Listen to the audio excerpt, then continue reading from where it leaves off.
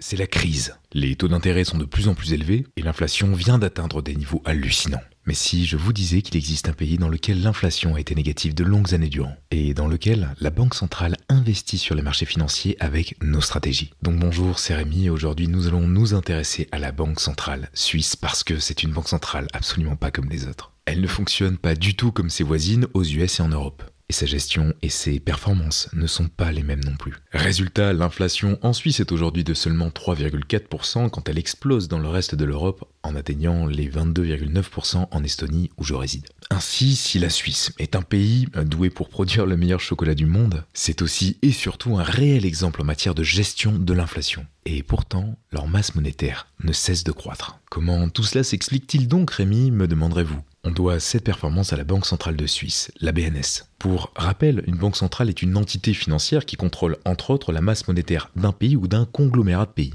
Elle peut donc agir sur l'économie d'un ou plusieurs d'entre eux en mettant en place des politiques monétaires et budgétaires. Son objectif principal est la stabilité des prix. Par exemple, l'objectif de la BCE est de maintenir une inflation autour des 2% par an. Et pour cela, elle peut par exemple réduire ou augmenter la masse monétaire. De plus, une banque centrale fonctionne comme une entreprise, dans le sens où elle possède des actifs et des passifs. Ce rappel étant fait, voici une première chose étonnante. En Suisse, la masse monétaire a été multipliée par 10 en 10 ans. Ce qui ne semble pas cohérent avec une bonne gestion de l'inflation, puisque plus il y a de monnaie en circulation, plus le taux d'inflation devrait être élevé. Et la Suisse fait exception à cette règle. Malgré la forte augmentation de sa masse monétaire, son taux d'inflation est resté négatif durant de nombreuses années et elle présente actuellement l'un des taux d'inflation les plus bas du monde. Mais quel est donc son secret? La Banque centrale suisse utilise une façon inhabituelle d'introduire la monnaie qu'elle imprime dans son économie. Une manière qui n'est généralement pas connue du grand public et qui suscite de nombreux débats,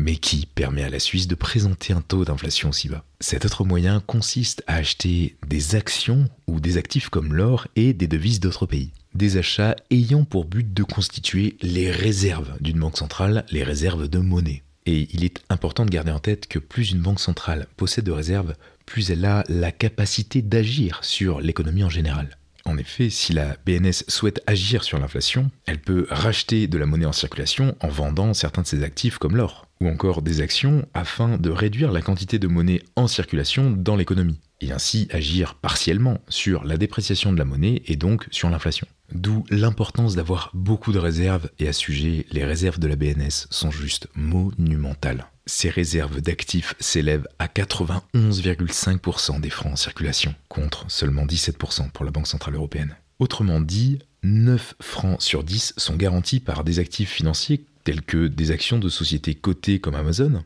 par de l'or ou encore des devises étrangères. Beaucoup de spécialistes fustigeraient que c'est dangereux et que ce n'est pas tenable à long terme. Mais dans les faits, non seulement cette méthode permet de donner une stabilité au franc suisse en faisant de lui une valeur refuge, mais la réserve de monnaie ne cesse d'augmenter grâce à la croissance de ses actifs financiers. C'est sans conteste un modèle qui apporte de nombreux avantages à la Banque centrale suisse, mais aussi à ses actionnaires. Ses bénéfices annuels ne cessent de croître à mesure que les marchés boursiers explosent. Pour vous dire, son bénéfice était en 2021 de plus de 28 milliards de dollars. Maintenant, nous pouvons logiquement nous demander à qui tout cela profite-t-il ? Et la réponse est l'État suisse, puisque celui-ci est l'actionnaire majeur de cette banque. C'est une forme d'autofinancement quasi gratuit issu d'un système économique fructueux. Le franc suisse est bien évidemment l'autre grand gagnant de cette politique monétaire. C'est une monnaie proposant une très grande sécurité, c'est une réelle valeur refuge. Et tout épargnant souhaitant se protéger de l'inflation peut aujourd'hui acheter du franc suisse. Rendez-vous compte, en 15 ans, la valeur de l'euro a été réduite d'environ 60% face au franc suisse et celle du dollar également. Son mécanisme a créé un cercle vertueux et le franc suisse est devenu un parfait investissement et sa valeur par rapport au dollar a quasiment doublé en 20 ans, avec une forte demande émanant de nombreux investisseurs. Ainsi, plus le prix du franc va augmenter, plus il sera facile pour leur banque centrale d'acheter de nouvelles réserves. Et elle peut en imprimer de plus en plus et les échanger contre des devises étrangères ou encore des actions. Maintenant, quels enseignements pouvons-nous en tirer en tant qu'investisseurs orientés long terme ? Eh bien, tout simplement le fait qu'un bon moyen de lutter contre l'inflation est d'investir en bourse, et plus particulièrement à long terme pour se protéger des effets de l'inflation. C'est juste le meilleur moyen de protéger son patrimoine et son épargne à long terme. Ce graphique de Jérémy Siegel nous le rappelle d'ailleurs. Depuis plus de 200 ans, les actions sont un véritable refuge et cette banque centrale suisse l'a bien compris.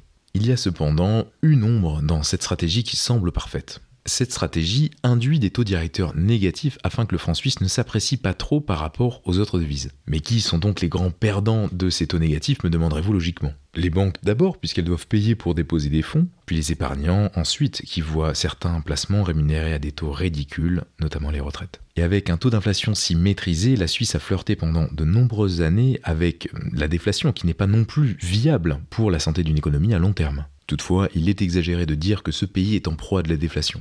Certes, il y a eu plusieurs risques, mais le gouvernement et la Banque centrale veillent à lutter contre celle-ci et à maintenir un taux d'inflation acceptable. Et la BNS peut bien évidemment agir avec ses taux d'intérêt directeurs. Maintenant, la Suisse est cependant considérée dans l'inconscient collectif comme étant un paradis fiscal. Nous pouvons donc logiquement nous demander si cette réputation peut avoir un effet néfaste pour le pays ou pour son modèle économique. Et la réponse est non.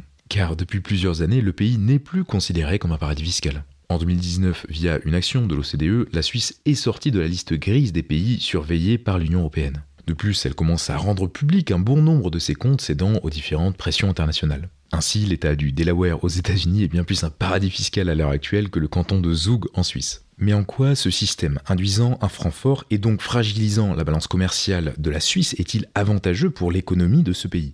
Il y a un double effet.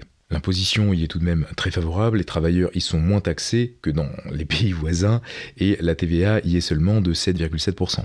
Ainsi, de nombreuses entreprises veulent y investir et s'y installer, ce qui participe aussi à la bonne valeur du franc suisse. On peut notamment penser au géant Philip Morris International. Puis, ce pays attire également de nombreux cerveaux car les salaires y sont parfois particulièrement attractifs, notamment pour les postes associés à la recherche excessivement mal rémunérés en France. Les conditions économiques sont donc très favorables. Mais la Suisse souhaite toutefois qu'une inflation contrôlée existe parce qu'une déflation pourrait avoir des conséquences plus graves. Et le pays ne veut pas une trop grosse appréciation du franc suisse, encore une fois néfaste, notamment pour sa balance commerciale. Ces différents points étant clarifiés, quels enseignements pouvons-nous tirer de cette étude en tant qu'investisseur Rémi, me demanderez-vous logiquement? Premièrement, les actions sont un excellent moyen de lutter contre l'inflation comme la BNS nous le prouve, surtout dans ce contexte économique. Mais encore faut-il trouver un moyen de dénicher des actions exceptionnelles à long terme parce que c'est essentiel si vous ne souhaitez pas vous contenter d'ETF. Deuxièmement, choisir une monnaie forte est aussi important pour protéger son épargne car le risque de change que nous constatons aujourd'hui avec l'euro existe bel et bien. Maintenant, je le reconnais, cela ne te donne pas les clés pour sécuriser simplement ton épargne en bourse, ni même pour dénicher des actions exceptionnelles sous-évaluées facilement.